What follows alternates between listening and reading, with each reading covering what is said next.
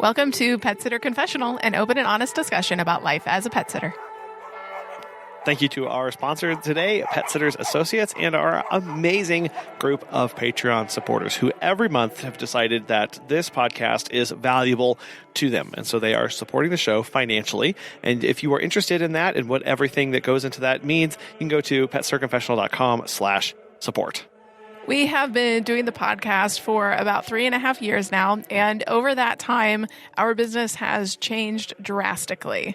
We started off with young kids, very young kids. When we do the podcast, they were 1 and 3 years old, and now they're 5 and 7. That's not possible. Yeah, well, it is. No, time keeps marching on, and so because we want to, basically, our goal is to have more family time together. We have completely changed our business structure. And we started off doing a lot of boarding and daycare when they were very young. And so we want to talk today about basically removing a service and what that looks like, because we have just recently gone through that. Now, fortunately or unfortunately, depending on how you look at this, boarding and daycare was a very big part of our total business. It took up a huge percentage, and it was a really big moneymaker for us. Even in our small town, we were able to really take home a lot, pun intended. But we were wanting to go and do more things with our kids and just really have kind of reclaim our life back. Yeah, we knew that wasn't a forever plan. We knew that in 10 years, we wanted to be doing different things in a different place in life.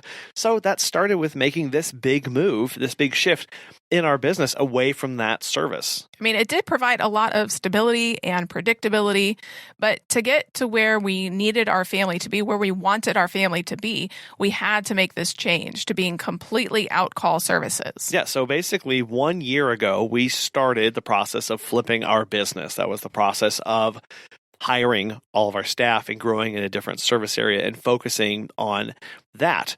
We were pretty burned out at that time on daycare and boarding, and it was something that we knew that we had to commit to at least for a little bit longer time in order to reach a few goals.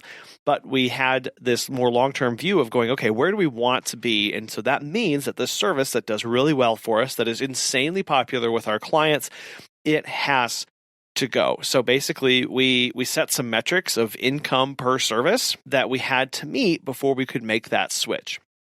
And we spent the rest of the year working to grow our out-call services while using the boarding and daycare as a way to fund that growth and operations expansion into the new market. It helped us fund hiring and training our staff, and was really that baseline that provided us that predictability to then launch off of into something new. And so then as far as messaging, we basically stopped any and all messaging as far as boarding or daycare or featuring, basically multiple dogs from different families together on, our emails, our blogs, our social media posts. And so we took everything, all of that language and everything off of the website, made it completely, pet sitting visits and dog walks and now adventure hikes. And so just everything of we come to you, we go to the pet's home where they're most comfortable. It was like Command Find or Control F of finding these keywords on our website in our contract, and stripping them away. But it was hard to be patient, dealing with knowing that we were burned out on this service, but still needing to get to these certain numbers to make it work for the long haul and going, okay, just a little bit more. Okay, this isn't fun. One more Christmas and then we're done, or one more this and we're done. So really setting some of these goals of time-wise and financially really helped us get to that. But it really depends on what percent you start at and what you're trying to get to. Yeah. So, I mean, boarding at that time, I think was like 90% of our income. It was huge. And so we knew it was going to take quite a while in order for us to flip our business. And we really had to look at those numbers going, okay, well, for the number of, drop-in visits or dog walks that we need to make to just replace one night of boarding. Yep, and go, okay, then when we start consistently getting that, going, okay, these are good signs, this is good numbers, and that gives you some confidence to do that. But if it's a bit easier to cut out a service if it only makes 2% of your revenue. Yeah. So say you're offering house sitting and you charge $250 a night and only one client ever requests it. Well, and you don't enjoy them. It's pretty easy to then go, well, I can just easily cut out the service because nobody ever requests it. I don't enjoy it anyway. So we'll be done with it. Yeah. And what's interesting about this is it's not really this idea of service creep, which happens a lot in our businesses as we are here year after year. We tend to add on things. We change the way we do this, or we try and expand our offerings to meet more and more client demands.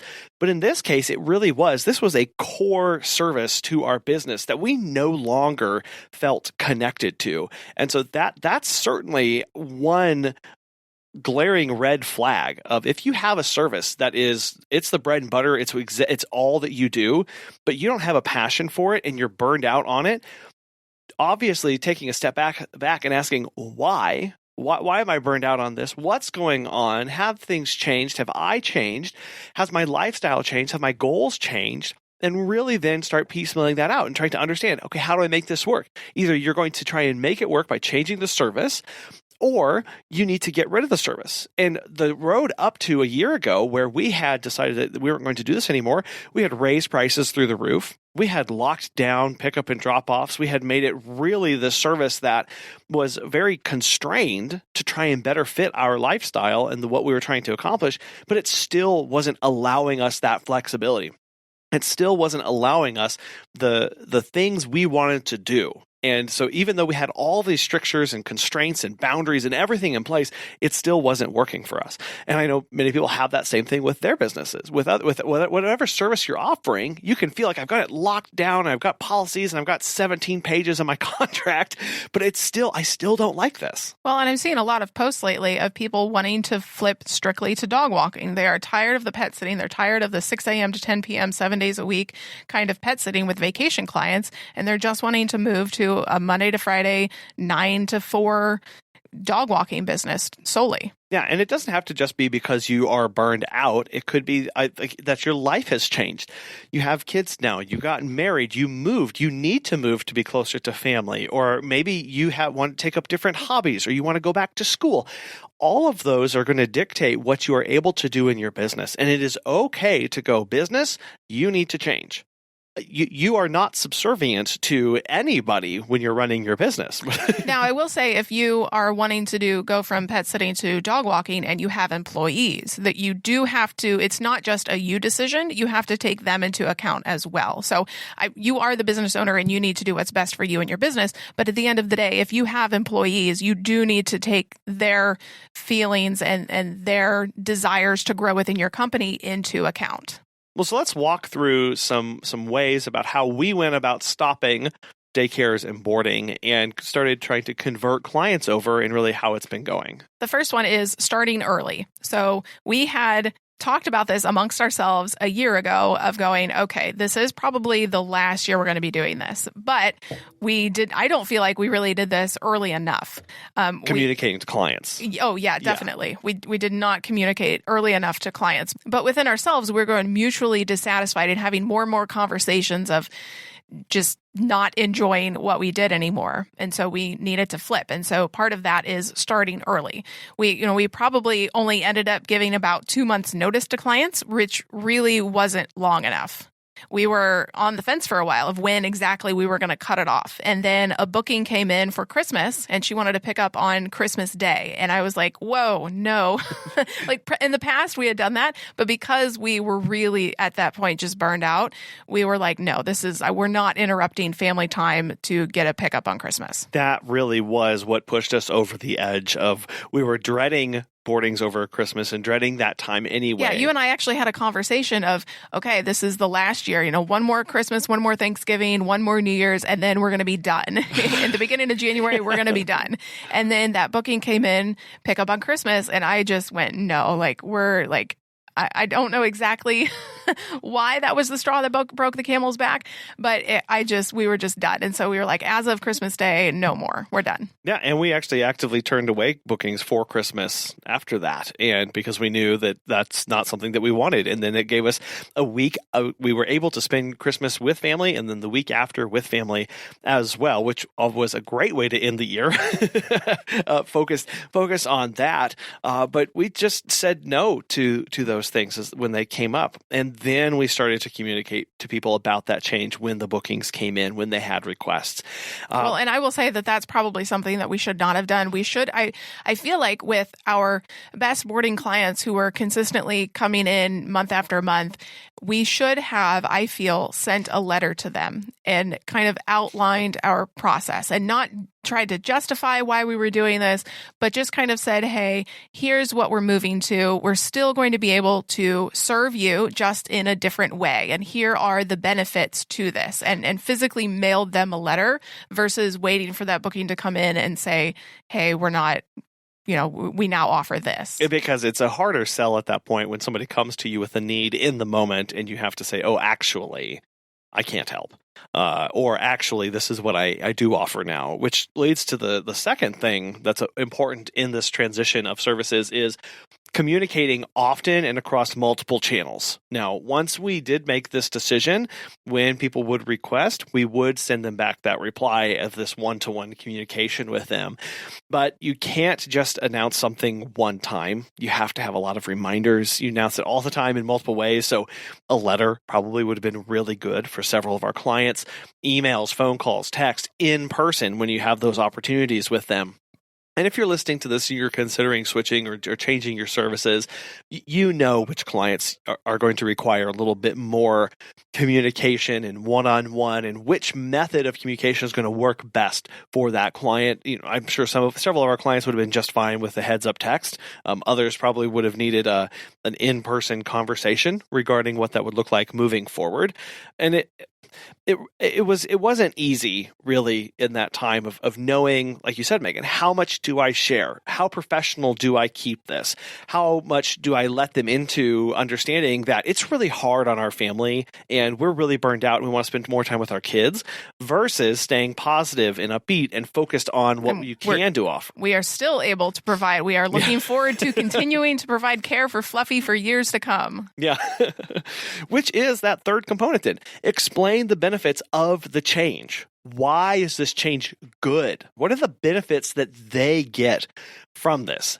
And this is really hard. This is hard because it's so easy to dwell on the past. Your clients will. Your clients will focus on what you used to offer. It's what they loved about you. And it's because that's why they kept coming back to you. You offered a service that fit perfectly into their expectations. And now when you make a change like this, that's no longer there for them. Yeah. So if you are going from boarding to pet sitting visits like we did, you can say we are now able to care for your home as well. We can bring in the mail and packages and water plants and do all this sort of stuff. If you are going from dog walks to adventure hikes, you can say your dog will get a lot more mental and physical stimulation than they were previously. Or if you decide you want to actually be home more, so you're converting from drop-ins to boarding, there's benefits that you play into that of the 24-hour care of being in a home environment around a small number or just by themselves with you in the home. It's a little bit trickier to go from something like drop-ins to strictly dog walking because there are very few clients that overlap with that. And so you have to communicate those benefits to new problems because dog walking is not solving the same problems as dog drop-ins were for that client. So it's always focusing on the benefits, the positives of the new service, of that other service that you're offering.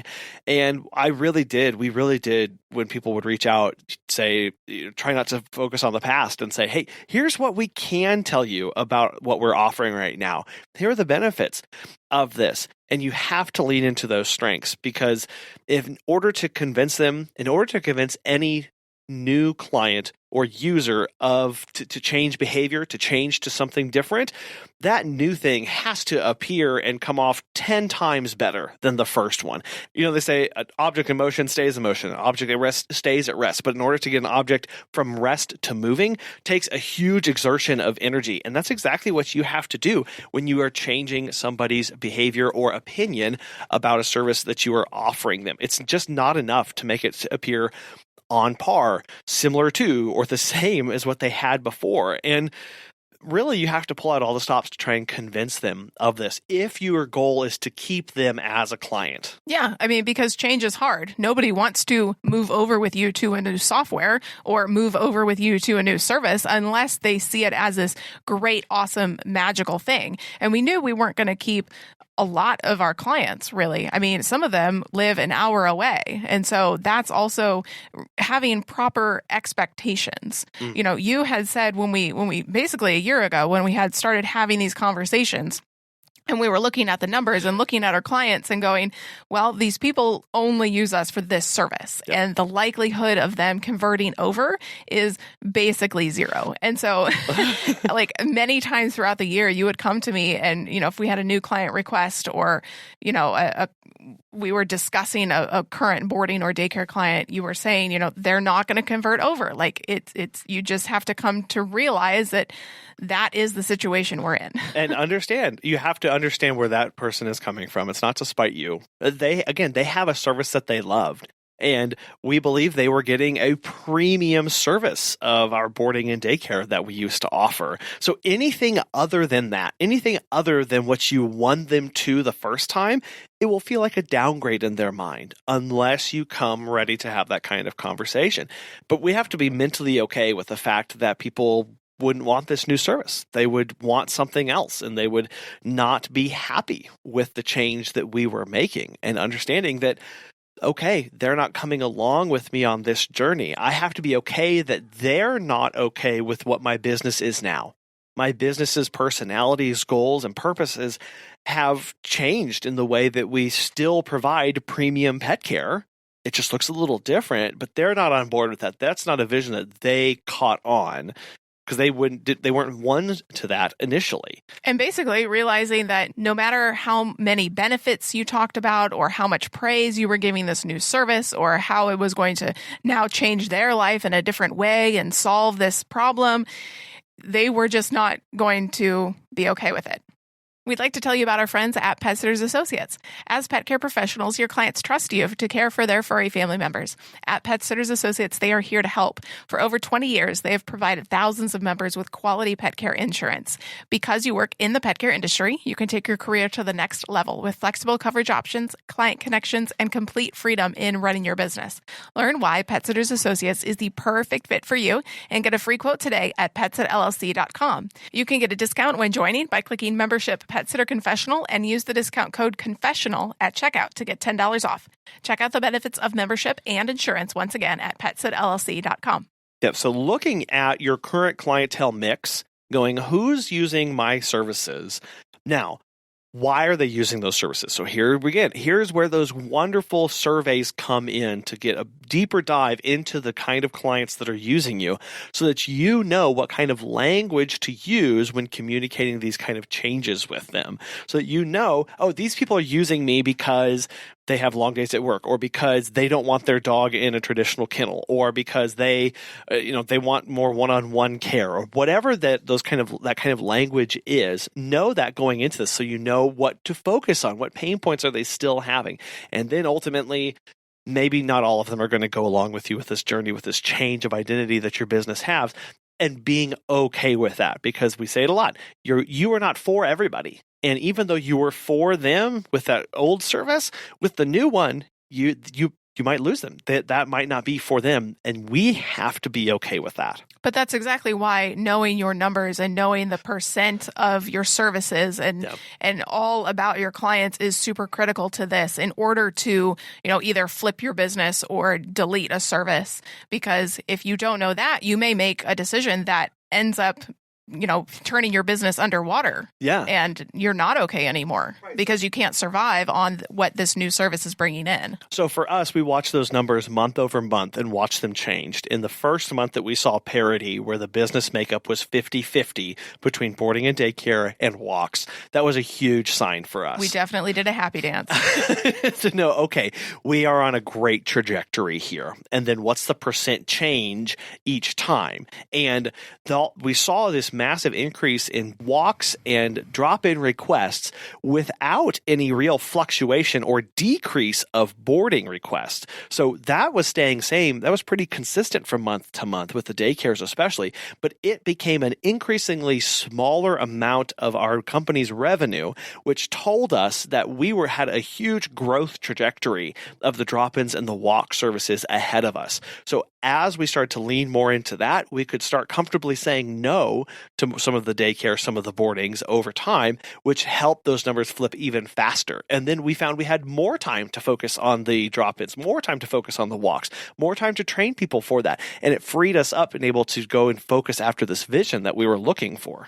Well, and I guess a good question to ask is, how were we able to do this? And yes, we did change our messaging, our marketing, our advertising methods. And we had, different pictures out there, different captions out there. But we also expanded into a new area. And that was a major reason why we were able to flip, is because in the other service area, we didn't even offer boarding and walks. Like, it was never even an option. And when new people came to our website and they saw these, walks and pet sitting visits that we do offer, they never even considered boarding as an option. So that was also a major reason why we were able to flip, because there were all of these new people discovering us and starting to use our services in our new service area. Yeah, so that's a big thing too, of the expansion really did help us in this process, because effectively in one service area, we were a boarding and daycare company. And in the brand new service area, we were a dog walk and pet sitting service company. And as we were able to grow the new opportunity, the new area, we didn't have to rely so much on the boarding and daycare, because we had this other opportunity that was growing like wildfire in our new service area. That is part of just attracting new clients. Since we know we're not going to be able to convert 100% of our existing clients to the new kind of service, we have to put the pedal to the metal on attracting new clients in whatever way that looks like, and know that the marketing cannot stop. The messaging cannot stop.